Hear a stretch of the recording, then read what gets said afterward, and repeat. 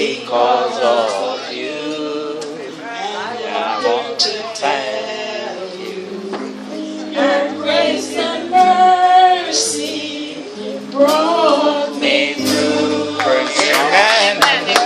Praise God. Grace and mercy Could you please sing with me, please? brought me through. I'm living for Because of I want to thank you and praise you. your grace and Mercy brought me through.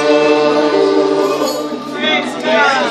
Amen. First, I would like to thank God for saving me and giving me this opportunity that I could stand in front of you today. I would like to thank my First Lady and my pastor for trusting me with this message.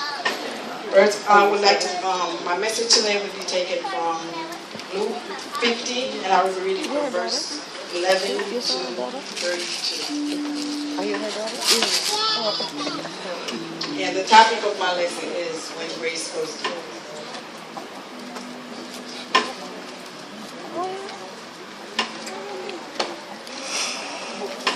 I'll read and you guys will come to song.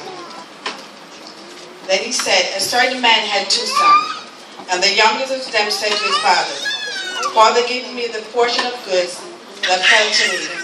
So he divided to them his livelihood. And not many days after, the youngest son gathered all together, journeyed unto a far country, and there wasted his possession with present to live in. But when he had spent all, there arose a serious famine in the land, and he began to be in want. Then he went and joined himself to a citizen of the country, and sent him into his fields to feed swine. And he went gladly, have filled his stomach with the pads that the swine ate, and no one gave him anything. But when he came to himself, he said, how many of my father's hired servants have bread enough and to spare, and I perish with hunger? I will arise and go to my father, and will say to him, Father, I have sinned against heaven and before you, and I am no longer worthy to be called your son. Make me like one of your hired servants. And he arose, and he came to his father. But when he was still a great way off, his father saw him, and had compassion, and ran and fell on his neck, and kissed him. And the son said to the father, I have sinned against heaven, and in your sight, and no longer worthy to be called your son. But the father said to his servant, bring out the best robe, and put it on him, and put the ring on his hands, and sandals on his feet. And brought the fattest calf, and killed it, and let us eat and be merry. For this is my son was dead, and is alive. Again he was lost and found, and they began to be merry. Now his oldest son was in the field, and as he came and drew near to the house, he heard music and dancing. So he called one of the servants and asked what these things meant. And he said to him, your brother has come, because he has received him safe and sound. Your father had killed the fattest calf. But he was hungry and would not go in. Therefore his father came out and pleaded with him. So he answered and said to his father, lo, these many years have been serving you. I never transgressed your commandment, or any time, not yet you will ever give me a young goat, that I might make merry with my friends. But as soon as the son of yours come, who had devoured your livelihood with herbs, you killed the fattest calf for him. And he said to him, son, you are always with me, all that I have is yours.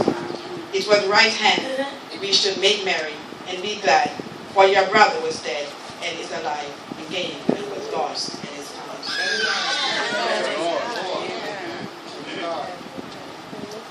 As I read this story, I find that this story is about lust, self-righteousness, passion, hatred.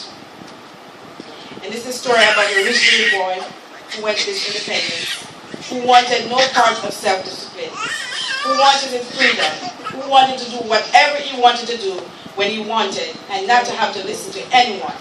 He did not want to live in his father's house, or he did not care for his father's love. So he unashamedly stood before his father and demanded his rightful share of his father's estate, as if he was already dead.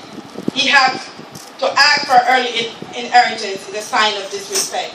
It seemed to signal that the boy wished his father was dead. It is saying, you know that, I think I'd rather have money than have you. I wish you are dead now so that I could have what's mine. Yet the father gave him all that he has, and even then he did not stop loving him. As soon as the young boy got what he wanted, he set off to a distant country, off to bright lights, to wine women. There he scrambled all that he had. If you ask me, he was a spoiled brat, who always gets what he wanted. So this is a lesson for all of us. Stop giving your kids everything that they have. They will come like the prodigal. This father meant nothing to him. He wished he was dead. We sometimes so busy give them everything that we did not have that we forget to give them what we have.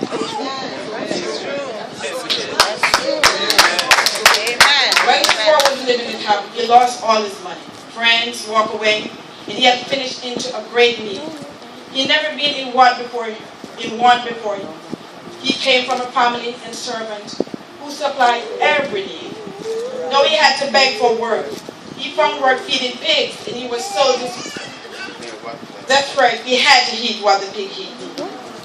The thought of him eating the pig food made him come to his senses. He remembered how good he had it at home. He realized that he had disgraced his father's name and treated him poorly. He realized that his inheritance is all gone, and he no longer entitled to anything of his father, not even to be called his son. He realized that everything he thought would bring him happiness, money, woman, friend, reckless living, get away from his father, only served to enslave him. Where at home he served as a son, now in the far country he is just a slave. The story is simple and complex at the same time. It is not primarily about losing all you have to while living. That's just a narrow interpretation. The broader intention is we are sometimes like the prodigal son. We take the money, the brain, the personality, the health, the resource. We take the inheritance that God had given to us, and we say, God, I don't want to have anything to do with you anymore. I'm going to go out and live my life as you don't exist. That when we finally come to our senses, when we realize that happiness is not found in the material things that are part of our life. Amen. So the prodigal son, he had reached rock bottom. He was the lowest level. You see, in those days, the Jewish people didn't allow to touch pig, moreover to be the keeper. The pig became more valuable than him, because you can sell the pig for money. But with him away from his father's house and authority, he was worthless to the farmer. That's what happened when you get away from your father's authority. Your life will become unraveled because you define the plan of God. Amen. The prodigal son reflected back on his life. The day he left home, he called it independence. When he was in the foreign country and bright lights in his eyes, he called it pleasure. When he lost his money, he called it bad luck. When he was in a pig pen, he said, I'm a fool. But when he looked over his life, he said, I have sinned. She is fun for a reason. Sin is fun for a reason. Even 11:21:5 said that there is pleasure in sin for a season. Sin doesn't begin with a hat, it begins with a rebellious thought. Your thought becomes your action, and your action becomes your destiny. All right, sister. He left home saying, give me. But he come back home in rags saying, make me.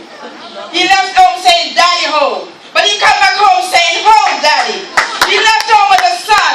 But he come back home begging to be a slave. Yeah. He came back home with a different attitude. Yes. I said I will go home and confess my sin to my father.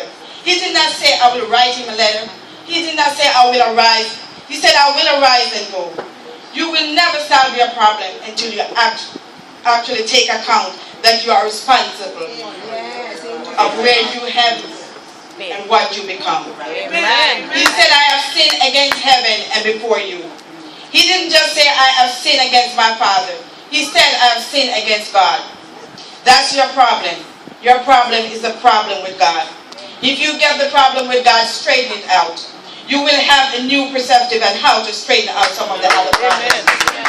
The real hang up in your life is what to do about God. Let Him come and change and transfer your life and see the fulfillment and the power and the strength you will have. So arise. So he arose and started on his way. He struggled up the pathway. His feet stunk, made passers-by walk wide circle around him. But he didn't notice. With eyes on the ground, he reversed his speech. Father, I have sinned against heaven and against you. I am not worthy to be called your son. He reversed the phrase, wonder if you could say more. Less or he would make a U-turn to the barnyard. After all, he crashed in his trust fund and transferred the family name. His father forgive him. He was so focused on what he was going to say that he did not see his father. His father looked out onto the dusty road and saw his son coming up the road, filled with shame, dirt and filth, and sin and rebellions, and was full of compassion. He rolled up his robe and down the step. Across the field he ran toward the embrace and kissed him with tears running down his face. He commanded the servant to bring a robe, ring and shoes. He said, fire up the grill, bring the drinks on. It's time for a party. For this my son that was dead is alive. Again he was lost and is found. And they began to celebrate. The Bible stated that the Father was watching for him. Here is a picture of God watching for you and me all the time. If you only know the value of a soul, if you know it make heaven rejoice, over some people returning to the Father, you would receive Christ. However, not everyone was happy about the prodigal return. The older brother was not happy. He refused to celebrate. He was furious and he confronted his father. He pointed out that for years I have been with you and you never give me a party. But as your son came home, you killed the fattest calf for him. His father heard his angry words and tried to explain, but he refused to listen. He slaughtered up his horse and rode off. You see, this son had been with the father all along, but his loyalty wasn't really to the father. His loyalty was to his own self-righteousness. It is impossible to be in the church and be lost. It is possible to be in the church and be without a personal relationship with Jesus Christ. And there are some of you here tonight. We are a member of the church. You have left home, but even while you're at home, in the church, your heart is not right with God. Yes. The youngest brother in sin left when he took over his life. To return, he hoped that he could at least be a servant. But his father made him a son. The older brother refused to be a son and stay a servant because he could not understand the grace and forgiveness. Amen. This is a story of stories of all. Whether you're 16 or 60, this is a foreign country. Will break you and crush every dreams you ever had. It will break your heart and will send you back home, filled with shame, with your life shattered and destroyed, because you did not have the ability to be obedient to the basic discipline of the Word of God. He got what he wanted, but he lost everything. The more you got what you want, the less you like what you got. So before you sell your soul for a fling in the foreign country, before you come home smell like a pig, it is so much easier to do what the prodigal son did. Father, forgive me, for I have sinned. I wanted to be what you wanted me to be. I am not my home. I am yours, that what life become a beauty. When the master of pattern take your messed up life and shape it into a beautiful vessel of honor, and people around you have to wonder if you had a terrible past. Understand this. The foreign country is not a place. It is a continuous condition of your heart.